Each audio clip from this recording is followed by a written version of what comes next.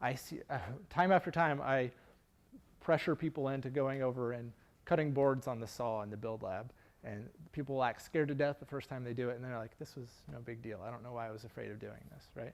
Same thing for soldering. People come in, I don't know, that sounds scary, I don't know how to solder. It's not a big deal. You just need to learn how to do it, and the only way to learn how to do it is by doing it, right? So you got to jump in. Don't be afraid of those things. So some of these other psychological hang-ups, like lack of motivation, okay? If you have a lack of motivation in your EPICS project, I think it's probably because you don't understand what the point of the project is. Because most, if not all of these projects are aimed at helping someone who has this really great, inspiring community need, okay? Almost all of them do. And if you really think about what your project could mean to your community partner when you deliver it, I think you will be inspired and motivated. But a lot of times, over time, the meaning of those projects gets lost, okay? And then it's just like, I'm just building this thing. And I don't, you know, I've got 10 other classes that are really hard, and they're serious to me, and I'm not working on this. And then, you know, lack of discipline comes through all the time. So just making sure that you are focused, you work every time. So again, lack of experience. We talked about, you know, you've got students who don't know how to do this. Technical skill, but even more, not having experience working through team projects, right? I have not worked with a group of people on a project before, and I'm not sure how this dynamic works, and I really just want to step back because I'm not comfortable. Or I'm working on this project, and I'm not sure how to set timelines and deadlines. Or a lot of the project managers, when you're a novice project manager, say, I don't know how to hold people accountable. I don't know what to do, right? I don't control their grade. I don't have a stick or a carrot. What do I do?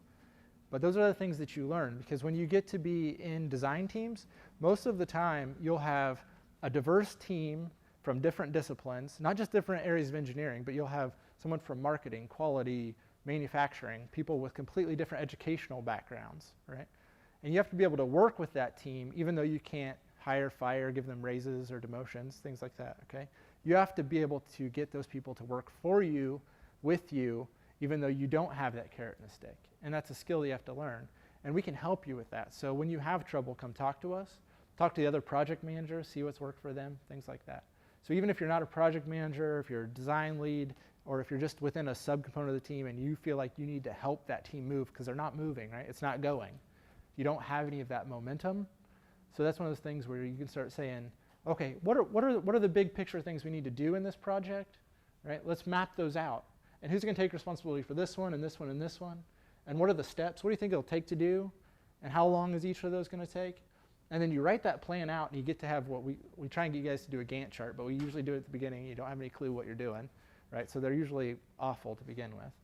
But if you go through and you do that as a team, you can do it on the smallest little piece of your project, and you really step through what you need to get accomplished. Then you can help hold those people accountable to say, you said you were going to get this done by this day. Is it done? If it's not done, how are we going to get it done, right? How are we going to catch up? So not letting those things fall behind on their own. Anybody have any examples with projects with kind of lack of experience, whether that's technical, I know we talked about coding a little bit, technical experience, or project experience, teamwork experience, communications experience? Who's had a terrible design review because you haven't done many real presentations before, right? I know some of you have, I've seen them, right? Nobody wants to admit to it. I see a lot of these, and so by getting that experience, say, I've never done this kind of a presentation before. I've only done a COM 114 presentation where I had a set of cards and I was reading off my bullet points and I'd memorized every word I was going to say. Because our presentations don't go that way, right? And people don't talk that way. I don't memorize what I'm going to say to you guys in lecture before I come in and have a set of note cards. That's not a tenable way to do it, and that's not how we want you to do your design reviews. But by getting that experience, you'll do a much better job. How do you get experience? By doing it, right? So meet as a team ahead of time. So if you see you have team members who don't have that experience, meet as a team ahead of time and work on it. So design fixation is a big one, okay?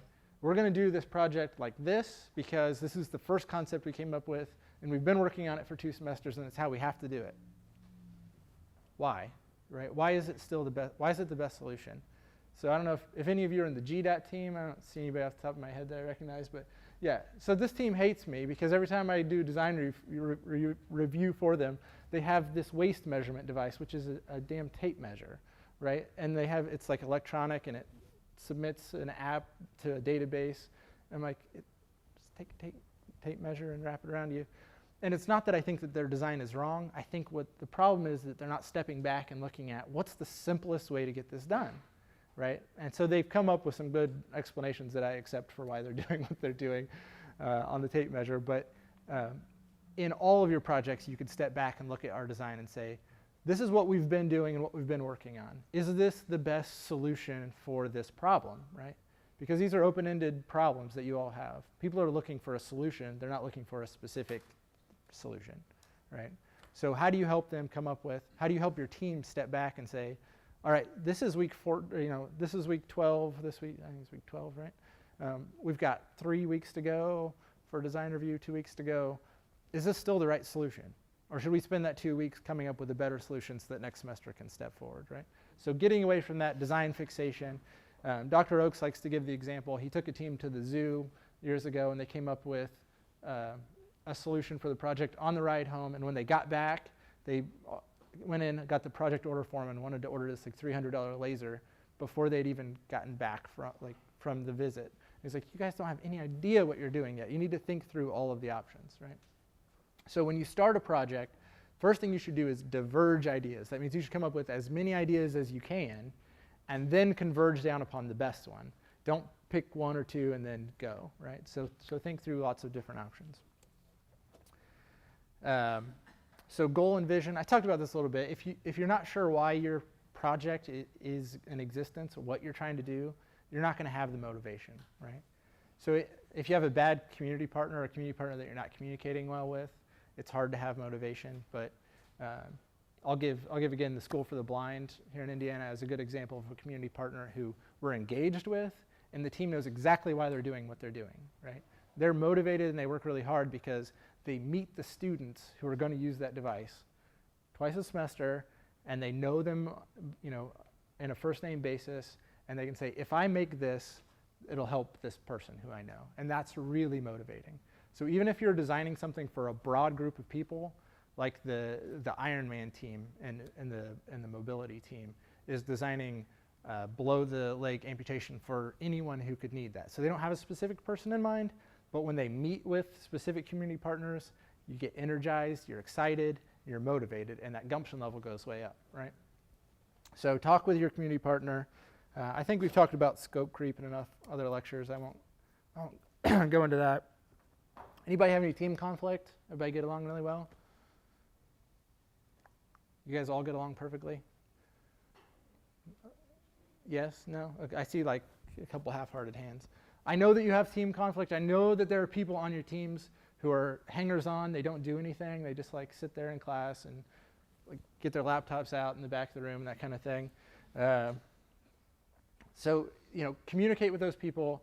And I strongly advise you to talk to your advisor. Even if they don't do anything, at least they're aware of what's going on, okay? So talk to your advisors and figure out how do you work through those things. What is the source of that conflict, right? Is it that the person just isn't working, or you don't like them, or they're mean, or is there actually something going on that's hurting the team dynamic? And the earlier you can work those things out, the better your team will be going on, okay? So when you get some professional training on project management, they will tell you to mine for conflict. It means look for the conflict in the team at the beginning, because teams form, storming, they fight, and they jockey for position and status in the team, and then they perform, right? And then you start to be able to do something where you can really be a productive team. Lack of leadership, I think we talked about. Bad assumptions will get you. So I'll leave you with, in highly successful teams, you have project managers or leadership. It doesn't even have to be the defined project manager who hold people accountable, right? They don't let people slip through the cracks. They don't let people give them flimsy excuses for why something didn't get done. If they say it didn't get done because of this, you don't say, okay, you say, how are we going to fix it? How are we going to get back on track, okay? So that's successful teams do that. Successful teams engage their community partners early and often. So they're motivated, they have gumption, they know what they're doing because they see their community partner, they know who their customer is, they know why it's important to do what they're doing, right? EPICS projects are not just class projects where you come up with a theoretical solution and it disappears, right? These are things that are used by real people, and you will be motivated if you keep in contact with those people. And finally, looking for, it's good timing for that to die. Successful teams, successful students look for ways to get things done and not for excuses, okay? So don't look for what's the best excuse I have to not have to do this. And it's never conscious like that. It's always subconscious, right? But don't look for excuses. Look for ways to get things done. Look for ways to jump over those hurdles and break through those roadblocks, okay? Cool?